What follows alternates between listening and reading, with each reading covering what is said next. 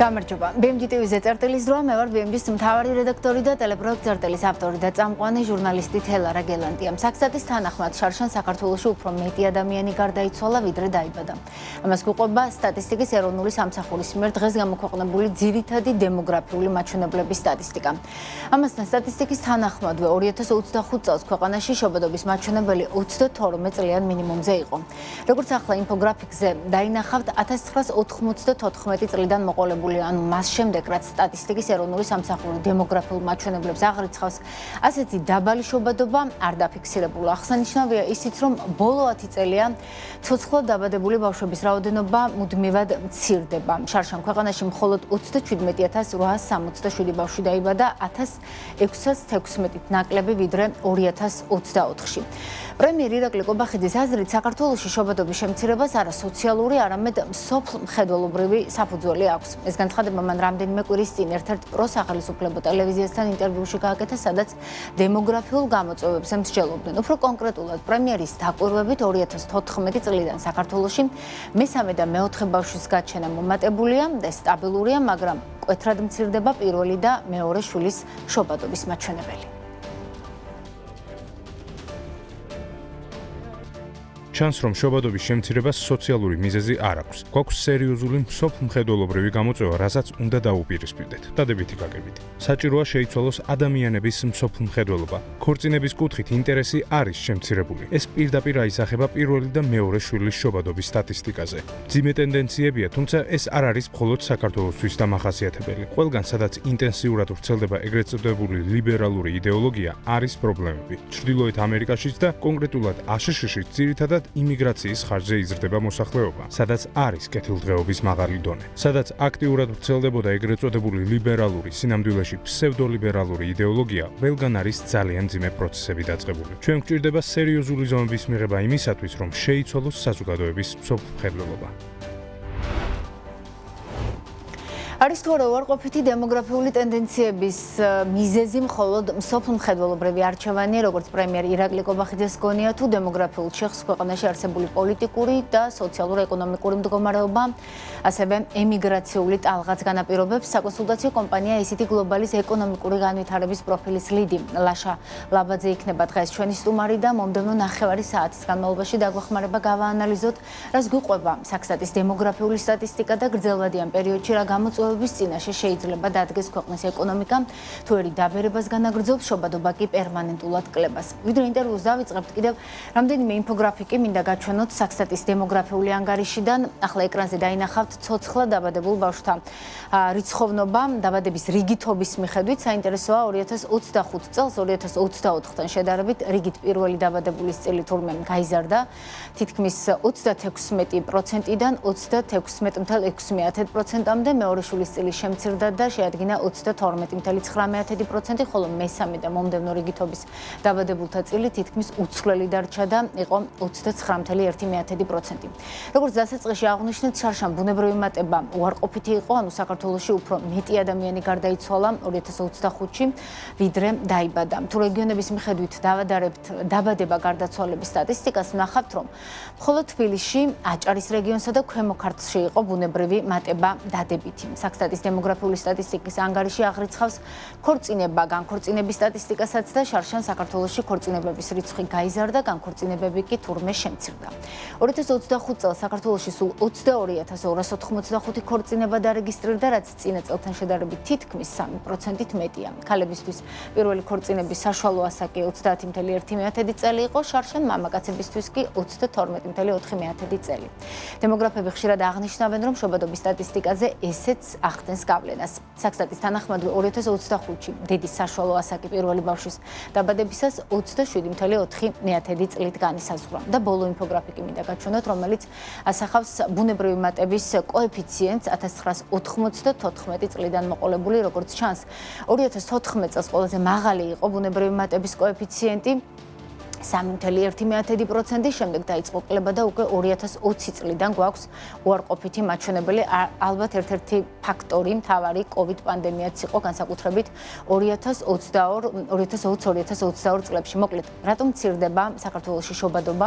2025 წლის დემოგრაფიული მაჩვენებლების ანალიზსა და გრძელვადიან პერიოდში ქვეყნის ეკონომიკური განვითარებისთვის დემოგრაფიული დივიდენდის როლზე ვისაუბრებთ ლაშა ლაბაძესთან ერთად, საკონსულტაციო კომპანია ICT Global-ის ეკონომიკური განვითარების პორტფელის ლიდი უკვე შემოგვიერთდა სტუდიაში. საღამოშტების ლაშა, ძალიან დიდი მადლობა, რომ ხართ ჩვენი სტუმარი. მოკლედ, 2020 წლიდან მოყოლებული, როგორც საქსტატის მონაცემები აჩვენებს, უფრო მეტი ადამიანი მკვდება ქვეყანაში, ვიდრე იბადება.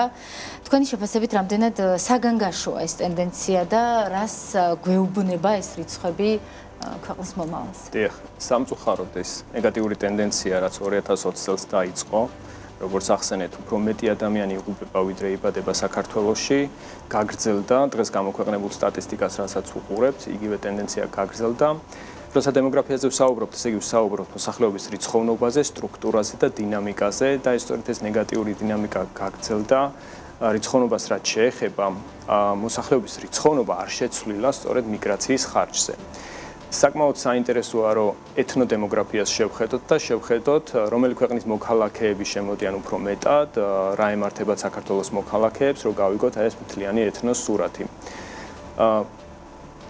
არ გამოქვეყნებულა დღეს მიგრაციის მონაცემები დეტალურად, თუმცა რადგან მოსახლეობის საბოლოო რიცხვი გამოქვეყნდა 2025 წლის, ასევე გამოქვეყნდა დაბადებისა და გარდაცვალების მაჩვენებლები, რაც ძირითადად ახდენს გავლენას მოსახლეობის რაოდენობაზე, შეგვიძლია ვივარაუდოთ და ვნახავთ, რომ გამოქვეყნდება დაახლოებით 16,000 ადამიანით მეტი შემოვიდა საქართველოში, ვიდრე გავიდა 2025 წელს. მოქალაქეობის მიხედვით რო შევხედოთ, ეს არის საინტერესო.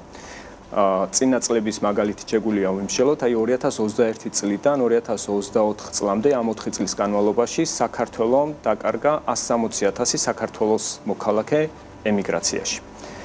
და სხვა ქვეყნის მოქალაქეების ხარჯზე პირველი არის რუსეთის ფედერაციის მოქალაქეები, 77,000-ით გაიზარდა, შემდეგი უკრაინა 24,000-ით გაიზარდა ამ 4 წლის განმავლობაში, უფრო მეტი შემოვიდა, ვიდრე გავიდა. სხვა ქვეყნები უფრო ნაკლები მაჩვენებლით გამოირჩევიან, მათ შორის არის თურქეთი, ინდოეთი, სხვათა შორის აზერბაიჯანი.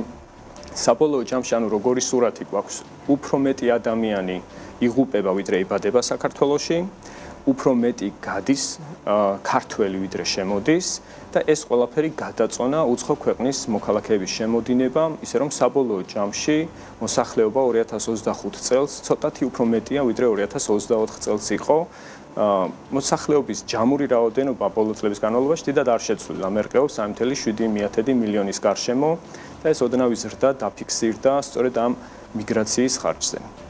მიზეზებზეც რო ვისაუბროთ, კარგი იქნება ისე საქსტატი ან ყავდეს ქვეყანაში ისეთი ორგანიზაციები, ადრე უფრო იყო 2-3 წლის წინ, ალბათ ამის საშუალება, იმიტომ რომ უფრო მეტი დონორი გვეთანამშრომლებოდა და ასე შემდეგ, გქონდეს უფრო კონკრეტული პასუხი კითხვაზე, რატომ მიდიან ქვეყნიდან, მაგრამ იქამდე რატომ მცირდება შობადობა? ახლა ვუსმენდით ხომ ცოტა ხნის წინ პრემიერის, ასე ვთქვათ, მოსაზრებას თუ გარკვეულ მონაცემებს ეყრდნობოდა ის და რაღაც სტატისტიკას, რომ სოფლმხედველობრივი მიზეზის გამო არაჩენენ საქართველოში შულს, ვიდრე სოციალური მიზეზიო. აი რა არის ძირითადი მიზეზი, რატომაც იკლებს ქვეყანაში შობადობა, ჩვენი ქვეყნის სოციალურ-ეკონომიკური მდგომარეობიდან გამომდინარე, თორემ ისიც ფაქტია, რომ ეს არ არის მარტო საქართველოს პრობლემა, ხო? გასაგებია იმის თქმა, რომ პრობლემა მხოლოდ სოფლმხედველობრივი არასწორია, თუმცა იმის თქმა, რომ კულტურა საერთოდ არ თამაშობს არანაირ როლს, ესეც არ იქნება სიმართლე. ანუ უნდა ვთქვათ, რომ ეს უფრო გლობალური ტენდენციაა, ვიდრე სოფლმხედველობრივი. გლობალურ ტენდენციაში იგულისხმება და ამას ძალიან ბევრი კვლევა ადასტურებს, რომ მიუხედავად სოფლმხედველობისა, მიუხედავად ლიბერალური განწყობებისა, რელიგიისა და ასე შემდეგ, ღარიბ ქვეყნებში უფრო მეტი არის, თქვათ, შობადობა, ვიდრე მდიდარ ქვეყნებში. აი ამ გლობალური ტენდენციიდან ქვეყნები არის გადახრილი ზოგი ქვევით აი ამ გადახრას სხვადასხვა ქვეყანაში სხვადასხვა მიზეზი განაპირობებს და საქართველოში გამოყოფდის სამ ძირითად მიზეზს. ეს არის ემიგრაცია და რაგინ სამწუხარო არ უნდა იყოს ემიგრაციაში მიდის რეპროდუქციული ასაკის ხალხი. თუ იმას არ ვიტყვით, რომ იმიგრანტები ანუ ის უცხო ქვეყნის მოქალაქეები საქართველოში ბავშვის გასაჩინად ჩამოდიან, რაც ვიცით, რომ ესე არ არის, ეს ძალიან ამცირებს შობადობას და არის ერთ-ერთი ძირითადი მიზეზი შობადობის შემცირების ქვეყანაში. მეორე მიზეზი არის ეკონომიკური გაურკვევლობა და ამაში ვგულისხმობ იმ მაღალ უმუშევრობის დონეს, რაც ქვეყანაში გვაქვს და განსაკუთრებით ახალგაზრდებში. ანუ ქვეყანაში დღეს არის საშუალოდ 14% უმუშევრობის დონე და რაც უფრო ახალგაზრდა ჯგუფს შევხედავთ, მით უფრო იზრდება ეს უმუშევრობის მაჩვენებელი. მაგალითად 20-დან 24 წლამდე დაახლოებით 27%-მდე არის უმუშევრობის მაჩვენებელი, რაც ნიშნავს გადავადებულ ქორწინებას, გვიანდელ პირველ შვილს და საბოლოო ჯამში შემცირებულ შობადობას. ასევე ალბათ გაყოფილი ოჯახებიც ემიგრაციიდან გამომდინარე, ესეც გარკვეულ როლს თამაშობს. მე ბევრი ვიცი ჩემს ირგვლივ მეგობრები თუ რაღაც საახლობლო წრეში, იმიტომ რომ აი ზუსტად აქ ვერ იპოვა წყვილმა შესაბამისი სამსახური, რომ რა ვთქვათ, აიღოს ის პასუხისმგებლობა, რომ გააჩინოს შვილი, ერთი მიდის საზღვარგარეთ, ზოგი შეიძლება საერთოდაც მაგალითად ამერიკაში და წლები ესე არიან ოჯახები ხომ, რაც ალბათ ეს არის ბუნებრივი რეაგირება იმ რისკებზე, რომ არ აქვთ ის სტაბილურობა, როგორ გაზარდონ შვილი, არ აქვთ ის სტაბილური შემოსავალი თუ ეშინიათ სამსახურის დაკარგვის და მნიშვნელოვანია აქ ალბათ ფასებიც უნდა ვახსენოთ, იგივე უძრავი ქონების ფასები, იგივე ბავშვის აღზრდის საშუალებებზე ფასები, რაც ბოლო პერიოდში განსაკუთრებით გაიზარდა. სახელმწიფოს რა როლი აქვს? ირაკლი კობახიძე ინტერვიუში საუბრობდა იმაზეც, რომ რაღაცა ჩვენ მუშაობთ და რაღაც ისეთი სერიოზული ზომები უნდა მივიღოთ ამ მიმართულებით. დღეს რომ ემზადებოდი გადაცემისთვის, კი რაღაცა დოკუმენტები გვაქვს, რაღაც დემოგრაფიული განვითარების ფონდი რამდენიმე წლის წინ შეიქმნა და თითქოს კამპანია იყო, რომ რაღაცნაირად ავეხმაროთ ოჯახებს. არსებობს რაღაც საბჭო, სადაც მთავრობის წევრები არიან, შეიქმნა, მაგრამ რას აკეთებენ კონკრეტულად არ ვიცი. ერთი კონკრეტული რაც გამახსენდა, უძრავი ქონების ფასები ახსენეთ, იყო სუბსიდირებული იპოთეკის პროგრამა, რომელიც დღემდე გრძელდება. ისე ამ პროგრამის ეფექტიანობაც არავის დაუთვლია რეალურად როგორ გამოიყენეს ადამიანებმა ეს პროგრამა, მაგრამ აი რა შეუძლია სახელმწიფოს, ზოგადად საერთაშორისო პრაქტიკაც როგორია საინტერესოა და ჩვენი ქვეყნის შესაძლებლობებიდან გამომდინარე რა რესურსი გვაქვს. კი ბატონო, აი სხვა ქვეყნების მაგალითი შეგვიძლია მოვიყვანოთ და საერთაშორისო პრაქტიკა გვეუბნება, რომ ბევრი არაფრის გაკეთება შეუძლია გრძელვადიან პერიოდში, ნებისმიერი ასეთი თუნდაც ფინანსური სტიმულების მიცემა, თუნდაც ეკონომიკური პოლიტიკის გატარება სხვადასხვა კუთხით იძლევა მოკლევადიან ეფექტებს. სახელმწიფო პოლიტიკა უფრო ანელებს შობადობის კლების ტემპს და ვერც ერთმა ქვეყანამ ვერ მიაღწია, განვითარებულმა ქვეყნებმა ვერ მიაღწია ეს შობადობის ტემპის ზრდას. აი მაგალითად შემიძლია გითხრათ, რომ საკმაოდ საინტერესო კოეფიციენტი არის 1 ქალზე 2.1 ბავშვი უნდა მოდიოდეს, რომ მოსახლეობა იყოს ზუსტად იგივე რაოდენობის, რომ გამოვრიცხოთ მიგრაცია. აი ამ კოეფიციენტის მიხედვით საქართველოში დღეს არის 1.7. მაგალითად ჩვენ ჩამოვრჩებით საფრანგეთში არის ცოტა უფრო მაღალი 1.8-მდე, მაგრამ ევროპის სხვა ქვეყნებში ცოტა კიდევ უფრო დაბალი. ევროპის ქვეყნებმა ვერ მიაღწიეს მაგალითად რომ ეს კოეფიციენტი 2.1-მდე გაეზარდათ. შეიძლება იკითხოს 0.1 საიდან მოდის, იმიტომ რომ გოგოებისა და ბიჭების რაოდენობა თანაბარი არასდროს არ არის და ასევე ზოგიერთი ბავშვი ვერ აღწევს ზრდასრულ ასაკს და შესაბამისად მოსახლეობა რო იყოს ზუსტად იგივე, მიგრაციას თუ გამოვრიცხავთ, ეს 2.1 კოეფიციენტი საქართველოს დიდი ხანია ჩამოწდა ამ კოეფიციენტს და განვითარებული ქვეყნები ვერც ერთი ვერ ავიდა ამ კოეფიციენტზე სხვადასხვა პოლიტიკის ცდილობების მიუხედავად.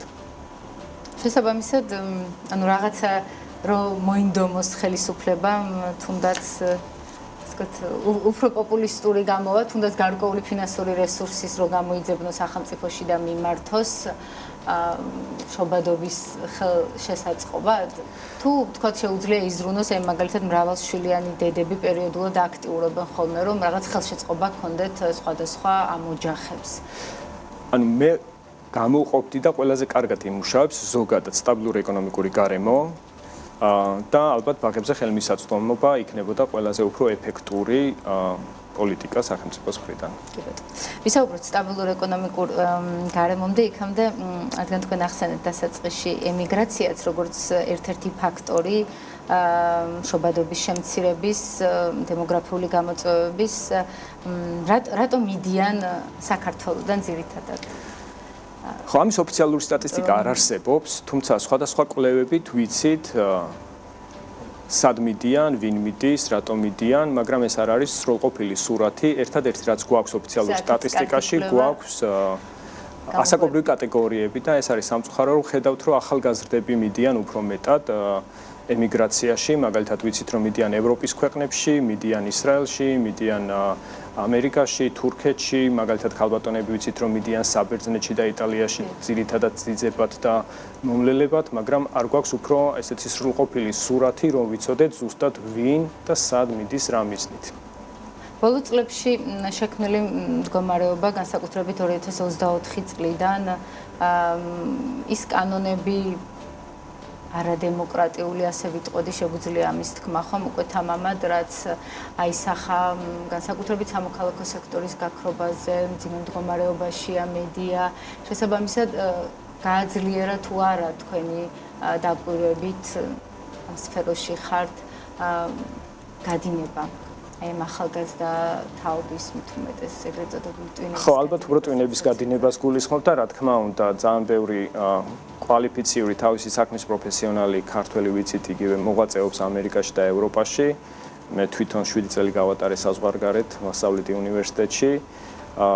მაგრამ დაუბრუნდი 2024 წელს, მაგრამ ახლა მტკივნეულია, რომ ხედავ ბევრი თავის საქმის პროფესიონალი არ აპირებს ამ პოლიტიკურ და ეკონომიკურ გარემოში დაბრუნებას. თავარი რა არის ის რომ აქ პერსპექტივას ვერ ხედავ თუ უბრალოდ ეს ადამიანები აქ ვერ პოულობენ დასაქმების საშუალებას აი რაღაცა ალბათ უფრო მეორე რაღაც აქტივს დააგროვებ და აქ ვერ ხედავ შენ ადგილს. რა თქმა უნდა, ევროპაში უფრო მეტია პერსპექტივა საკუთარი თავის რეალიზების და იმ რეალურად მიღებული განათლების უკუგება რომ ნახო ევროპის ქვეყნებში, ვიდრე საქართველოში დღესდღეობით. სამწუხაროდ. ალაშა ცოტა დრო გრჩება და ეკონომიკასაც მინდა შევეხოთ ხშირად ვსვამ ამ სტუდიაში ამ ფორმით კითხვას, რომ განსაკუთრებით 2024-ის ბოლოდან მოყოლებული რაღაცნაირად მოლოდინი იყო აი პოლიტიკური კრიზისიდან გამომდინარე, საგარეო კურსთან დაკავშირებითაც კი ხედავთ რა გზაზე ვართ, ხომ ევროინტეგრაცია შეჩერებულია, მთავრობა ვერ ახერხებს ვერც შეერთებულ შტატებთან ურთიერთობის გადატვირთვას და მოლოდინი იყო, რომ ამ ყველაფერს მოყვებოდა ნელ-ნელა ეკონომიკაშიც პრობლემები. მაგრამ ესე ვთქვათ, მაკროეკონომიკური გარემო ამ დრომდე კიდევ კარგი არის ჯანსაღი, ხო, ქვეყანაში რაღაცნაირად ზედა ხაზის რიცხვები კარგად გამოიყურება. გეთანხმები? რა ზრდის, რა ყვებავს ჩვენს ეკონომიკას და რამდენად მდგრადია და ინკლუზიური ეს. ხო, ეს საკმაოდ ვრცელი თემაა და ალბათ ბოლომდე ვერ ამოვწურავთ, მაგრამ რისი თქმაც მინდა, პირველ რიგში რუსეთის უკრაინაში შეჭრის შემდეგ იმიგრანტების მიერ შემოტანილმა კაპიტალმა, ასევე საქართველოს როლის გაზრდამ როგორც სატრანზიტო კორიდორის, მისცა ძალიან დიდი ბიძგი ეკონომიკურ ზრდას და გააჯანსაღა ეს მაკროპარამეტრები, თუმცა მრავალი ეკონომიკური გამოწვევა, მათ შორის იღარიბე, ისევ სახეზე გვაქვს და თუნდაც ის ემიგრაციის პრობლემები, რაზეც ვისაუბრეთ. ხელისუფლება ამ ნაწილში ხელისუფლების როლი სად ჩანს? აი თუნდაც არსებული ეკონომიკურ ეს უფრო გარე ფაქტორებია, ვიდრე შიდა ფაქტორებით გამოწვეული გაჯანსაღებული მაკროპარამეტრები, მე ვიტყოდი, ძირითადად უფრო გარე აი ფაქტორებს დავაბრალებდი ამ სიჯანსაღეს, რაც სამწუხაროდ შეიძლება დროებითი აღმოჩნდეს, თუ ეს არ გადაიზარდა უფრო გრძელვადიან სტაბილურ ეკონომიკურ მდგომარეობაში. რამის ატყობთ რომ თქვათ იმისთვის რომ ეკონომიკური გარემო იყოს უფრო სტაბილური, მიმზიდველი საინვესტიციო გარემო, აი რა კეთდება ქვეყანაში. თუ აქაც რაღაც უფრო სურვილის დონეზე შემიძლია თქვა, რომ ეკონომიკური გრძელვადიანი სტაბილურობისთვის ძალიან მნიშვნელოვანი იქნება, რომ ქვეყანა დაუბრუნდეს ევროპულ კურსს, რაც ნიშნავს უფრო მაღალ სტანდარტებს, უფრო ძლიერ ინსტიტუტებს და ზოგადად ისეთი გარემოს შექმნას, სადაც ახალგაზრდებს ექნებათ აი რეალური საშუალება, შესაძლებლობები, რომ დარჩნენ და განვითარდნენ ამ ქვეყანაში. ვისურვოთ ნამდვილად კარგი სურვილი არის და ყველას გაგიხარდებოდა, მაგრამ ამ ეტაპზე რაღაც უფრო გაურკვეველ მდგომარეობაში ვართ, ვიდრე პირიქით. რამდენიმე თემაზე მაინტერესებს კიდე თქვენი მოსაზრება. აი უცხოელების დასაქმება, საუბრობდით ემიგრაციაზე, იმიტომ მიდიან ჩვენი თანამოქალაქეები, რომ აქ ვერ პოულობენ შესაბამისი ანაზღაურების სამსახურებს. მეორე მხრივ გვაქვს და გვყავს ბიზნესი, დამსაქმებლები, რომლებიც მუდმივად პერმანენტულად წუხან იმაზე, რომ ვერ პოულობენ კადრებს და აქეთ მთავრობა, რომელიც ადგილობრივი სამუშაო ბაზრის დასაცავად იღებს ისეთ რეგულაციებს, რომლითაც ქვეყანაში რთულდება უცხოელების დასაქმება. ხო, 1 მარტიდან ამოქმედი და ერთ-ერთი ასეთი რეგულაცია ზოგიერთს გიდებს კურიერებს და ტაქსის მცხოვრებს უცხოელებს საერთოდ აეკრძალათ აქ ამ სპეციალობით მუშაობა. ბატონო, ძირითადად სერვის სექტორში შეეხო ეს მართალია. რამდენად ჩანს ლოგიკა, რომ ხელისუფლებას თავრობის ეკონომიკურ გუნდს კარგად ესმის, რა სჭირდება ბიზნესს, რა სჭირდება ეკონომიკას. აი ასე ვთქვათ, დაცვითი შრომით ბაზარზე ინტერვენციები მოიტანს მხოლოდ მოკლევადიან ეფექტს და ეფექტი ექნება, მაგრამ საბოლოო ჯამში იმ სიტუაციაში, როდესაც ისედაც დეფიციტი გვაქვს სამუშაო ძალის, ბიზნესს გაუჭირდება სამუშაო კადრის მოძიება, საბოლოო ჯამში მოუწევს უფრო მაღალი ანაზღაურების შეთავაზება, რაც გადაითარგმნება გაძვირებულ სერვისსა და მომსახურებაში. მოკლედ რო ვთქვა, მომხმარებელს ბოლოს მოუწევს უფრო მაღალი ფასის გადახდა, უფრო დაბალ არჩევანში, დაბალ ხარისხში, საბოლოო ჯამში ეს ყველაფერი გაძვირდება მომხმარებლისთვის. ისე ფასი რადგან ახსენეთ, როგორც ეკონომისტი გითხავთ, ჩვენი მთავრობა ახლა ებრძვის მაღალ ფასებსაც, რაც არის გამოწვევა ყოველ თანხლებით, რომ რაღაცნაირად მარკეტებში რო შევდივართ, ძვირია ფასი და მთავრობამ გადაწყვიტა ჯერ საპარლამენტო დონეზე, იქამდე მთავრობაზე გამოიძიოს, რატომ არის ძვირი ფასი. რა მოლოდინები გაქვთ? თუ ადევნებთ? თქვენ იცით რამე შედეგი, მე არ ვიცი. არანაირი პოზიტიური მოლოდინი არ მაქვს, სიმართლე გითხრათ, არანაირი შედეგი, ჩემი აზრით, ამას არ მოყვება. რატომ? ეს არის საბაზრო ეკონომიკა, საბაზრო ეკონომიკაში ბიზნესი, მოთხოვნა მიწოდების ძალები წყვიტავენ ამა თუ იმ პროდუქტზე რა იყოს. მთავარია მთავრობა მიზნოს ერთადერთზე შექმნას კონკურენტული გარემო. ჯანსაღი კონკურენტული გარემო უბიძგებს ფასებს შემცირებისკენ. გასაგებია. და კიდევ ერთი კითხვა განათლებასთან დაკავშირებით, რადგან დასაწყისში ახსენეთ, რომ აქ ასწავლით ახლა რომელიმე უნივერსიტეტში კითხავს. კი ბატონო. განათლების რეფორმასთან მინიმუმ იცით ამ მიმართულებით რა ხდება, რა მოლოდინები გაქვთ. აქაც რაღაცნაირად კი არ გვინახავს ეს კვლევა, რომელიც როგორც თავება გვეუბნება საფუძვლად უდევს განათლების რეფორმას, შრომის ბაზრის კვლევა და პრეზენტაცია მოვისმინეთ, ძალიან ზოგადი. ხო, ზოგადი. ეს არ იყო საკმარისი, აბსოლუტურად არასაკმარისი იყო და სწორედ რო გაკეთებული იყო ჯერ ეს კვლევა უნდა გამოტანილიყო საჯარო დისკუსიაზე და ამის შემდეგ უნდა მომხდარიყო ამ რეფორმის შემუშავება, თუ რამე სწორედ იქნებოდა გაკეთებული იქნებოდა მხოლოდ ასეთ პროცესში. ის რაც ახლა კეთდება, ეს ძალიან დააზარალებს განათლების სისტემას. მე მოусმინე დებატებსაც და იქ ვერ მოვისმინე ისეთი სწორი არგუმენტები, რაც საჭირო იყო ამ რეფორმის გაკეთება, ან კონკრეტულად რა შედეგებზე გავა ეს რეფორმა. შრომის ბაზრის მოთხოვნებზე ისე განათლების რეფორმის დაფუძნება რამდენად სწორია? ეს ცალსახად. ეს ცენტრალურ გეგმიურ ეკონომიკას მაგონებს, სადაც თითქოს მთავრობამ ზუსტად იცოდა რა იყო მოთხოვნა ამა თუ იმ პროდუქცია, ამა თუ იმ პროფესიაზე, რაც აბსოლუტურად მცდარია. სინამდვილეში რეალობა შეიძლება აბსოლუტურად განსხვავებული იყოს და ჩვენ კადრს ვზრდით არა მარტო საქართველოს სამუშაო ბაზრისთვის, შეიძლება ეს იყოს კონკურენტუნარიანი ქვეყანა თუ გინდა ვიყოთ, საერთაშორისო ბაზარს უნდა ვუყურებდეთ და არა მარტო ადგილობრივს. თქვენი მოლოდინი რა არის შესაბამისად, რომ რას მოგვიტანს უკვე იწყება იმპლემენტაცია ამ რეფორმის 5 თუ უკვე 3 და 4 წლიანი ხდება სწავლა, სადღაც 2 ნაკადის გასვლის შემდეგ ის ჩივილები და პრეტენზიები, რაც გვაქვს განათლების სისტემასთან, რომ ხარისხიან განათლებას არ იძლევა ქართული საუნივერსიტეტო სისტემა, მეორე მხრივ ბიზნესის სულ წუხს სხვადასხვა კვლევით, რომ კი კადრები შეიძლება არიან, მაგრამ ეს არ არის ის, ვინც მე მჭირდება გულისხმობთ კვალიფიკაციას. რას მოგცემს ეს განათლების სისტემა ამ პრობლემებს მოგვარებს? განათლების სფეროში დასაქმებულებიც კი ძალიან დაბნეულები არიან, არავინ არ იცის, ხვოტებიც კი არ იციან, მე მგონი ჯერ ზუსტად მიდის იქ შიდა ვაჭრობები და გადანაწილება სტუდენტთა რაოდენობების ამ სახელმწიფო უნივერსიტეტებში. საკმაოდ დიდი დაბნეულობაა და ამ ქაოსში ძალიან ძნელია გაიგო რეალურად რა იქნება ხვალ და ზეგ.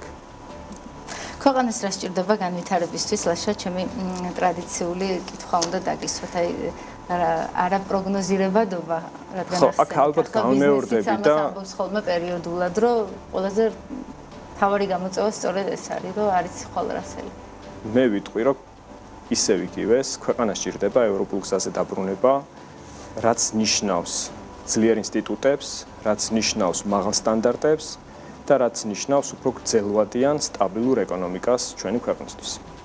თუმცა თუ ეკონომიკა მაინც იზრდება, ეს არის, როგორც გითხარით, ძირითადად გარე ფაქტორებით გამოწვეული და შეიძლება აღმოჩნდეს ძალიან მყიფე და მსხვერპლი იმედია ესე არ იქნება და იმედია ჩვენ შევიცვლით კურსს და ეკონომიკას უფრო მდგრადს გავხდით ამ მიმართულებით. სუსტი წერტილი რა არის ყველაზე ამ ქვეყნის გნებავთ ეკონომიკის, გნებავთ განათლების სისტემის? ერთი სუსტი წერტილი. ხო, რთულია ეს ერთი სუსტი წერტილის ან რამდენიმე შეგვიძლია სუსტ წერტილებს რა დალებს ამ ქვეყანას? ალბათ უფრო დავიწყებდით ძირეული განათლების რეფორმით და განათლების რეფორმა არ იწყება უნივერსიტეტიდან, განათლების რეფორმა იწყება საბავშვო ბაღიდან და ეს იქნებოდა ქვეყნისთვის ყველაზე გრძელვადიანი ინვესტიცია, რომ ავაშენოთ უფრო კონკურენტული ეკონომიკა. ძალიან დიდი მადლობა, წარმატებები. წერტილი დღეს ამით დასრულებულია. ჩვენს კითხვებს პასუხობდა საკონსულტაციო კომპანია ACT Global-ის ეკონომიკური განვითარების პორტფელის ლიდი ლაშა ლაფაძე. მეორე შაბათამდე გემშვიდობებით.